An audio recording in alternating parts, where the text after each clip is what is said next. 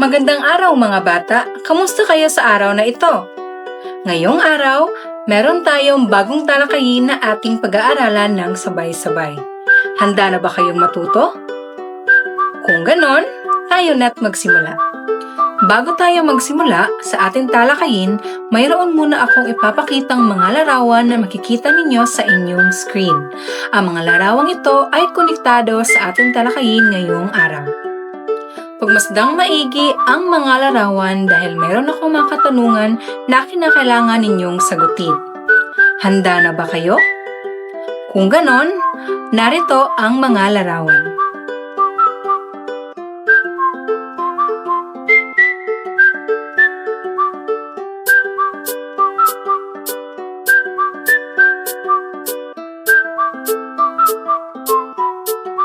Ano-ano ang ginagawa ng mga bata sa larawan? Mahusay mga bata! Ang bata sa unang larawan ay nakikinig sa sinasabi ng kanyang kaklase, habang ang pangalawang larawan naman ay inaaway nila ang kanilang kaklase. Alin sa mga larawan ang dapat mong tularan? At alin naman ang hindi? Mahusay mga bata!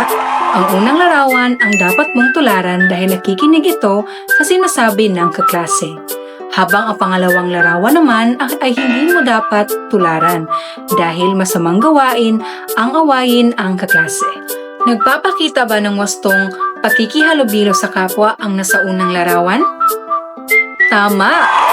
Ang nasa unang larawan ay nagpapakita ng wastong pakikihalubilo sa kapwa. Bakit kaya nakikinig ang bata sa sinasabi ng kanyang kaklase? Magaling mga bata, dahil nagpapakita ito ng respeto at paggalang sa ideya at opinyon ng kanyang kaklase. Bago tayo dumako sa ating talakayin, narito ang mga salitang nabanggit ko kanina at ang kanilang mga kahulugan. Tagubilin. Ito ay ang mga paalala ng pamilya tungo sa wastong pakikihalubilo sa kapwa. Pakikihalubilo. Ito ay tumutukoy sa pakikipagkaibigan o pakikitungo sa kapwa sa paraang magalang at maayos. Kapwa. Ito ay tumutukoy sa tao o sa taong kasama mo na dapat mong igalang tulad ng sarili mo. Ngayon, sabay-sabay nating basahin ang mga salita. Tagubilin, pakikihalubilo, kapwa. Sa puntong ito, ating pag-aralan ang mga tagubilin ng pamilya sa wastong pakikihalubilo sa kapwa.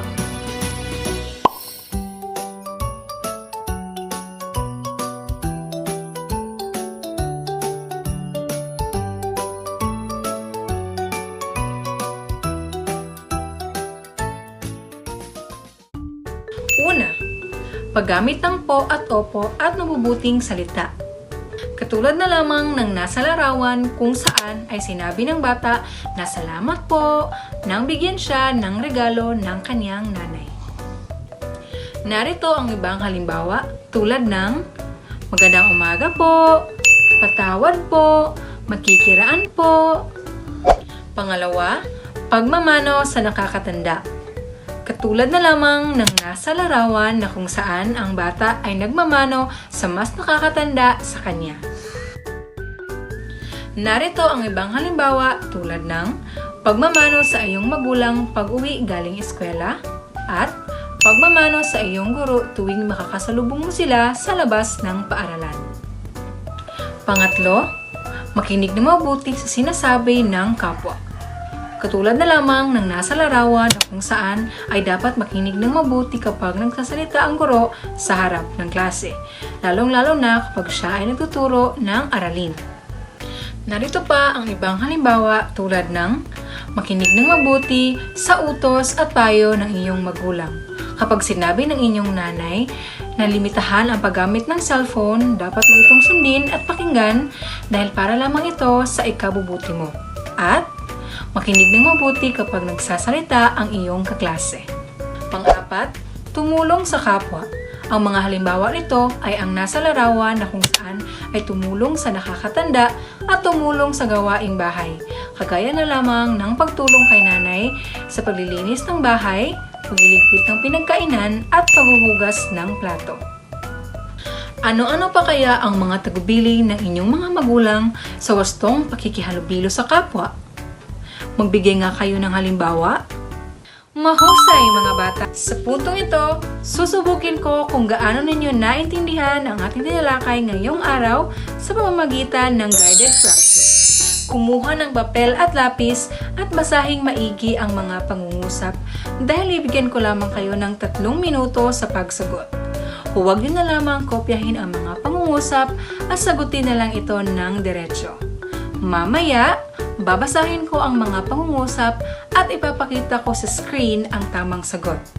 Maaari nyo ring i-check kung tama ba ang inyong mga sagot. Handa na ba kayo mga bata?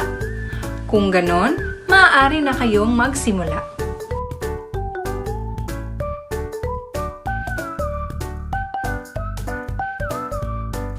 Ngayong tapos nyo nang sagutin ang guided practice, babasahin ko na ang mga pangungusap at ibibigay ang tamang sagot. Number 1. Tinulungan ni Earl ang kaibigang nadapa sa plaza. Ito ay check!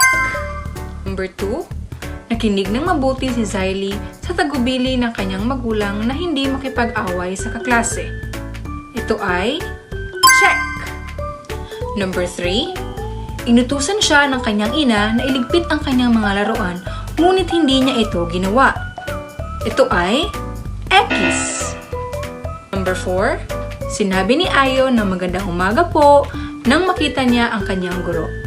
Ito ay check. Number 5. Pinagtawanan niya ang kanyang kaklase dahil hindi ito nakasagot sa tanong ng guro. Ito ay X. Ilang tamang sagot ang nakuha ninyo? Mahusay mga bata! Dumako na tayo sa unang gawain na aking inihanda. Narito ang panuto. Tukuyin at tumalakpak ng 2 beses kung ang mga pangungusap ay nagsasaad ng tagubilin ng pamilya sa wastong pakikihalubilo sa kapwa at tumalakpak ng 1 beses kung hindi. Babasahin ko muna ang mga pangungusap, pagkatapos niyan, maaari nyo nang ibigay ang inyong mga sagot. Pagkatapos nyo ibigay ang inyong mga sagot, ibibigay ko pa rin ang tamang sagot. Nagkakaintindihan ba mga bata? Magaling! Halina at tayo't magsimula.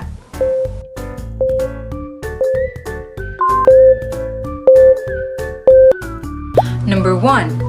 Tinulungan ni JD ang kanyang nanay sa paghuhugas ng pinggan. Magaling mga bata! Tumalakpak ng 2 beses.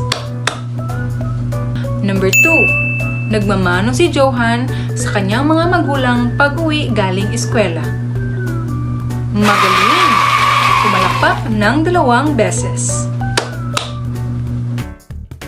Number 3. Hindi siya nakikinig at sumasabat sa usapan ng matatanda.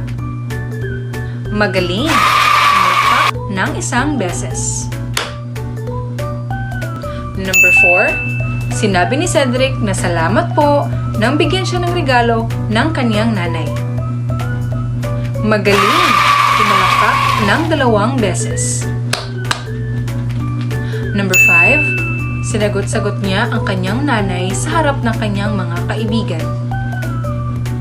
Mahusay! Tumalakpak ng 1 beses.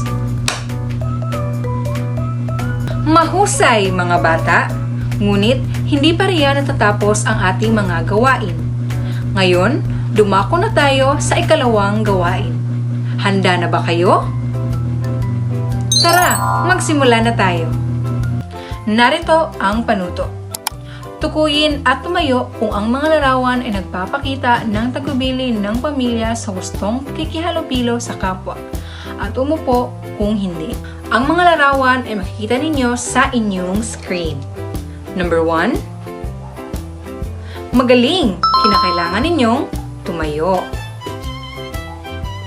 Number 2. Mahusay! Kinakailangan ninyong tumayo. Number 3.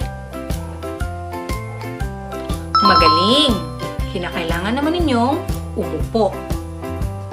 Number 4, mahusay, kinakailangan ninyong tumayo. At number 5, magaling, kinakailangan ninyong umupo. Mahusay mga bata! Ngayon, dumako na tayo sa exciting part, ang pangkatang gawain.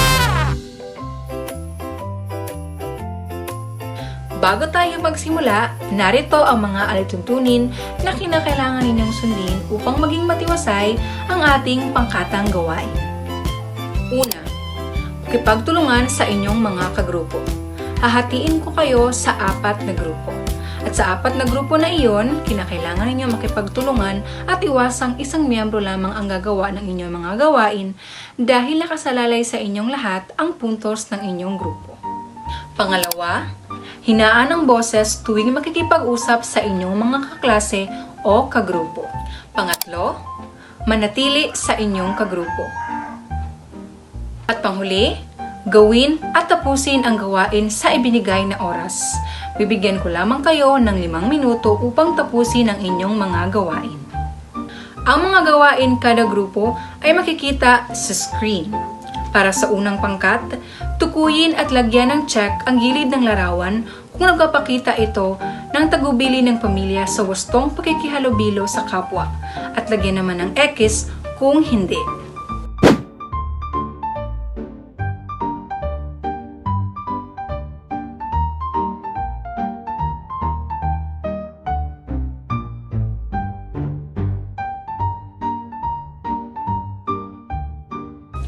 Para sa ikalawang pangkat, tukuyin ang tawag sa mga tagubilin ng pamilya sa wastong pakikihalubilo sa kapwa na pinapakita sa mga larawan.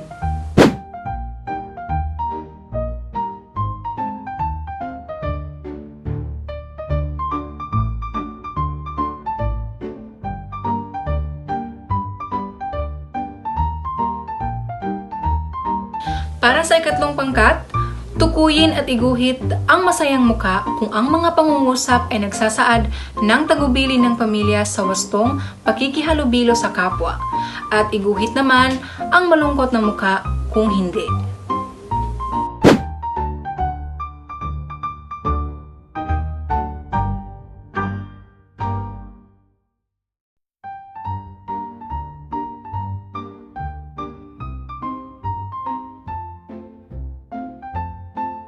Para sa ika-4 na pangkat, tukuyin at idikit ang dilaw na bituin kung ang mga pangungusap ay nagsasaad ng tagubili ng pamilya sa wastong pakikihalubilo sa kapwa at idikit naman ang asul na bituin kung hindi.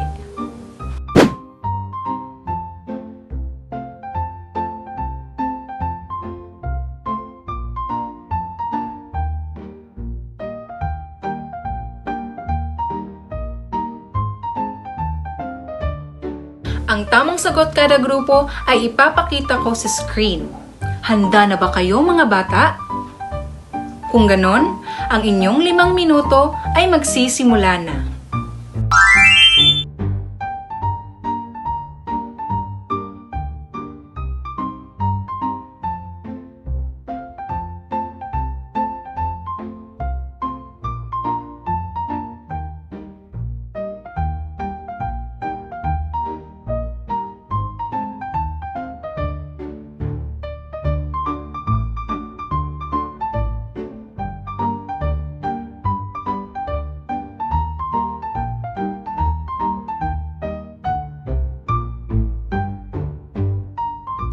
Ngayong tapos na tayo sa mga gawain, ano-ano nga ang mga tagubilin ng pamilya sa wastong pakikihalubilo sa kapwa?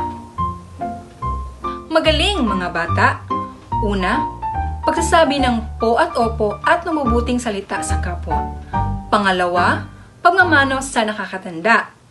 Pangatlo, makinig ng mabuti sa sinasabi ng kapwa. At pang-4, tumulong sa kapwa. Sa anong paraan mo naman maipapakita ang wastong pakikihalubilo sa kapwa? Mahusay mga bata! Sa pamamagitan ng paggamit ng po at opo at mabubuting salita. Pangalawa, pagmamano sa nakakatanda. Pangatlo, makikinig ng mabuti sa sinasabi ng kapwa. At pang-apat naman, tumulong sa kapwa. Upang malaman ko na lubos nyo nang naintindihan ang tinalakay natin ngayong araw, ay magkakaroon tayo ng pagsusulit. Kumuha lamang ng papel at lapis at sagutin ang mga sumusunod. Para sa gawaing ito, kinakailangan nyong tukuyin at isulat ang tama kung ang mga pangungusap ay nagsasaad ng tagubilin ng pamilya sa wastong pakikihalubilo sa kapwa at isulat naman ang mali kung hindi. Narito ang mga tamang sagot. Tinulungan ni Ayon ang kanyang nanay sa mga gawaing bahay. Tama. Tinakpan ni Noah ang kanyang tenga nang utusan siya ng kanyang ate. Mali. Sinabi ni Zion na patawad po matapos niyang mapagtaasan ng boses ang kanyang kaklase. Tama. Nakikinig ako sa guro kapag nagsasalita siya sa harap. Tama. Hindi tinulungan ng bata ang matandang ale nang malaglag ang kanyang mga dalang prutas sa kalye. Mali. Ilang tamang sagot ang nakuha ninyo? Mahusay!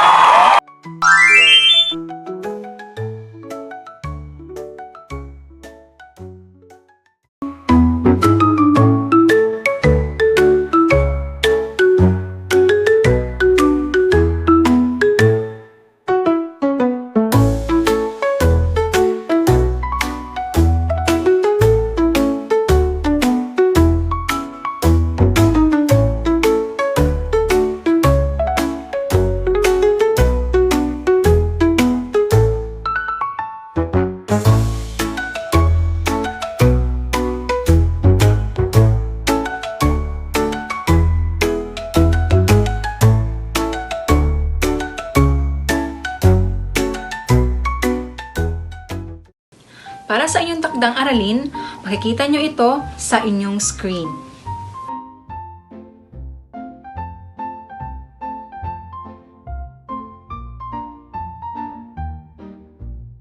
At doon nagtatapos ang ating aralin patungkol sa mga tagubilin ng pamilya sa wastong pakikihalubilo sa kapwa.